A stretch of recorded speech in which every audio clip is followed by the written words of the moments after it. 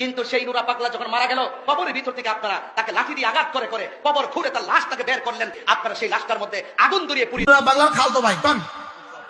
নুরা পাগলার কি খালতো ভাই? তাহলে নুরা পাগলার পরিণতি যা হয়েছে, এই খালতো ভাইদের পরিণতি তাই হবে।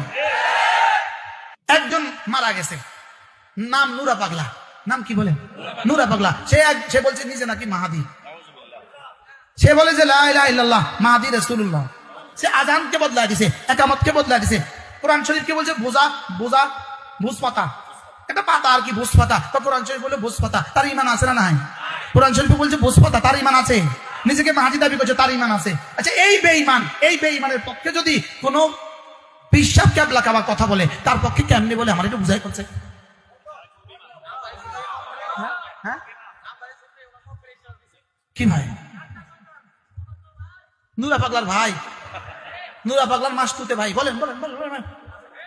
নুরা পাগলার খালতো ভাই কোন? নুরা পাগলার কি খালতো ভাই? তাহলে নুরা পাগলার পরিণতি যা হয়েছে, এই খালতো ভাইদের পরিণতি তাই হবে।